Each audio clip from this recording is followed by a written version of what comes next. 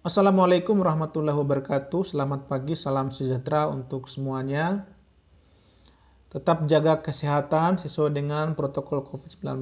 Semoga Anda semua saudara-saudaraku dilindungi oleh Allah Subhanahu wa taala dalam melakukan perjalanan berlibur bersama keluarga. Amin ya rabbal alamin.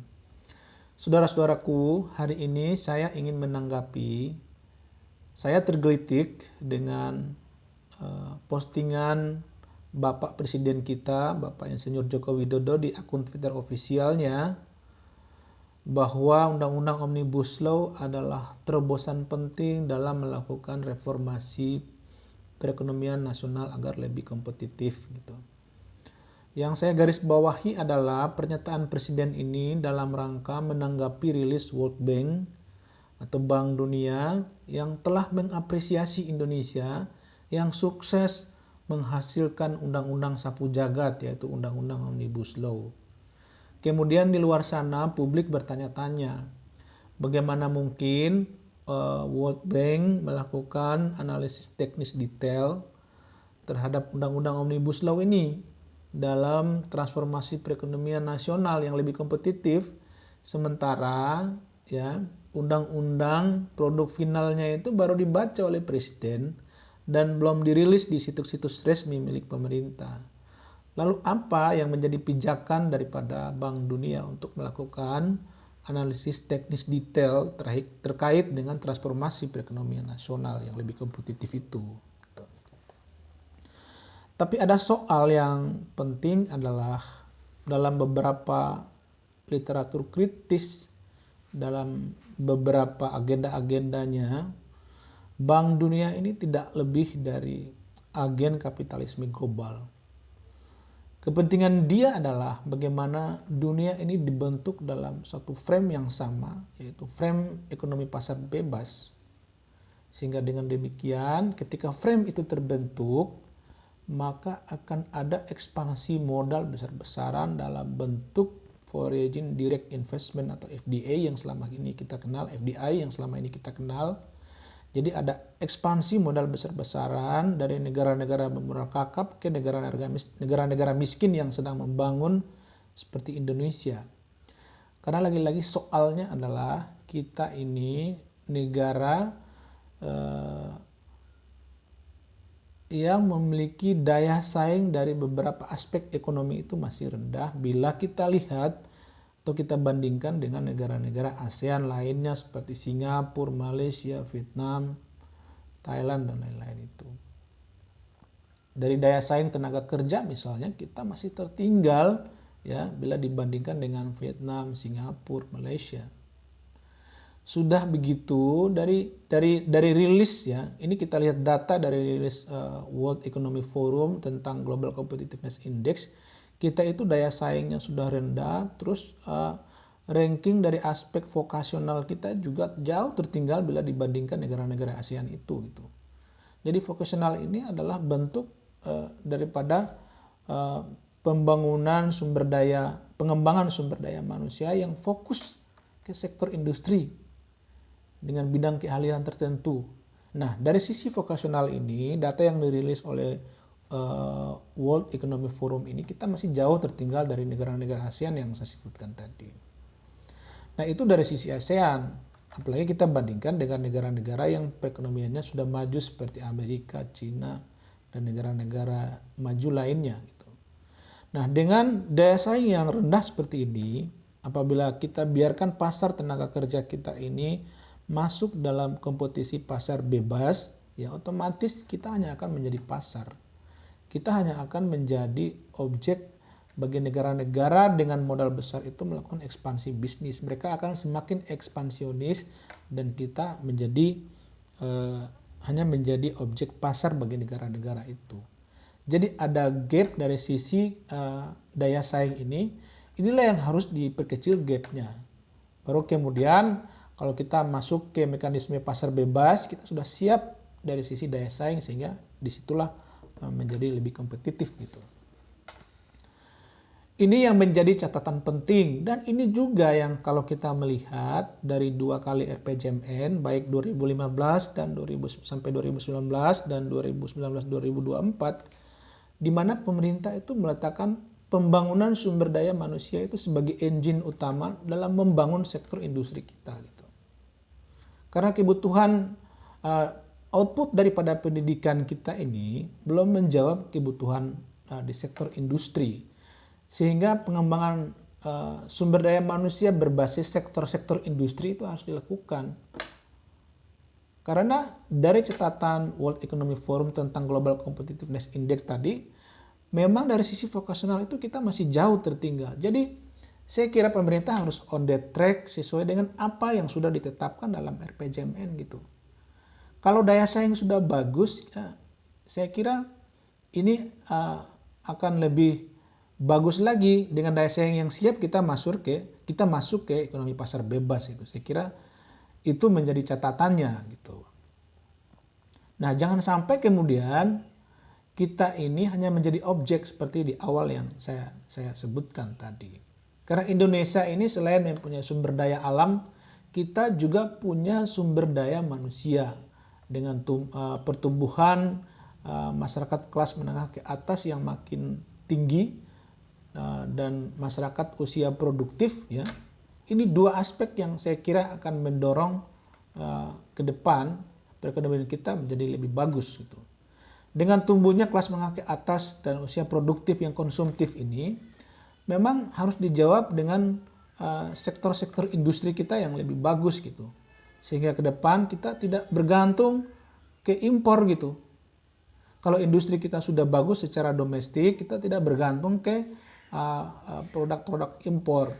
Yang kita bangun adalah industri-industri substitusi yang itu kemudian juga bisa didorong lebih ke berorientasi ekspor. Jadi secara fundamental industri kita bagus dari sisi daya saingnya maupun dari sisi kesiapan industrinya. Gitu. Karena lagi-lagi banyak sekali aspek yang kalau kita lihat dari data-data itu kita masih jauh tertinggal. Baik dari sisi kesiapan infrastruktur perekonomian kita yang mana utilitasnya itu masih rendah bila kita bandingkan dengan negara-negara lain. Nah, saya kira jangan sampai kemudian debirokratisasi dan di dalamnya ada dekonstitusi itu, ya, yang mana kita melepaskan seluruh komponen-komponen ekonomi kita ini masuk dalam perangkap ekonomi pasar bebas itu, ya justru itu akan membuat kita semakin tergilas. Sehingga pernyataan yang disampaikan oleh Presiden tadi di akun Twitternya beberapa hari lalu itu, saya kira Presiden ini adalah sebagai corong daripada bangsa kita. Apa-apa yang diucapkan oleh Presiden itu merepresentasikan negara. Jadi jangan sampai Presiden menempatkan posisinya sebagai juru bicara Bank Dunia gitu. Sebagai negara yang berdaulat, paradigma perekonomian kita adalah paradigma ekonomi konstitusi gitu. Sebagaimana yang sudah ditetapkan dalam Undang Dasar 45 pasal 33 itu. Konsepsinya adalah dari ekonomi konstitusi itu adalah ekonomi yang berkerakyatan dan ekonomi yang berkeadilan gitu. Bukan ekonomi pasar bebas yang ekspansionis dan maruk ya. Yang selama ini kita lihat kan seperti itu. Dengan Cina misalnya, ya sampai hari ini kita selalu mengalami defisit perdagangan dengan Cina gitu. Artinya secara resiprokal kita itu belum benar-benar diuntungkan dengan transaksi ekonomi yang bebas tadi itu. Sehingga yang perlu kita benahi adalah struktur fundamental daripada industri kita. Apa itu? Daya saing, baik dari sisi teknologinya, infrastrukturnya, dan terlebih-lebih dari sisi sumber daya manusianya melalui pembangunan vokasional yang kalau kita lihat data masih jauh tertinggal itu. Sehingga untuk berkaitan dengan reformasi, kita ini kan sudah melakukan 2 kali reformasi struktural di bidang perekonomian. Dari tahun pasca reformasi ya, kita sudah melakukan reformasi struktural di bidang fiskal dan moneter. Kemudian sekarang kita masuk ke pasca reformasi di mana Undang-Undang Omnibus Law ini diklaim sebagai bentuk reformasi struktural perekonomian nasional kedua gitu. Tapi saya kira kita bersepakat bahwa reformasi struktural di bidang perekonomian itu penting, tetapi landasan atau bangunannya itu juga harus dilihat apakah struktur perekonomian kita ini sudah bagus. Apakah struktur industri ini kita sudah bagus. Ternyata ada banyak soal di situ yang memang harus diselesaikan secara sektoral.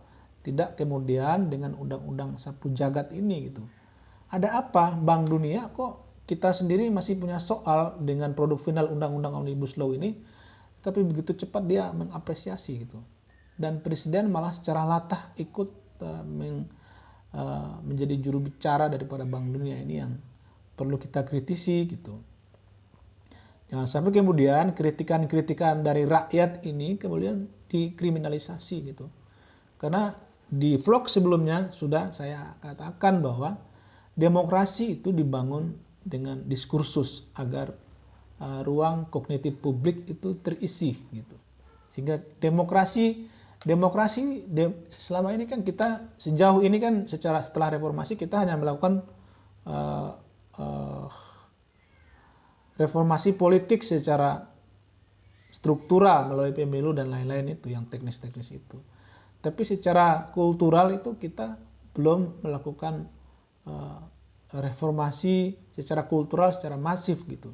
Karena kenapa? Ya karena ruang kognitif publik itu tidak dibangun dengan politik yang mencerdaskan. Karena sedikit-sedikit sudah dijudge hoax dan seterusnya.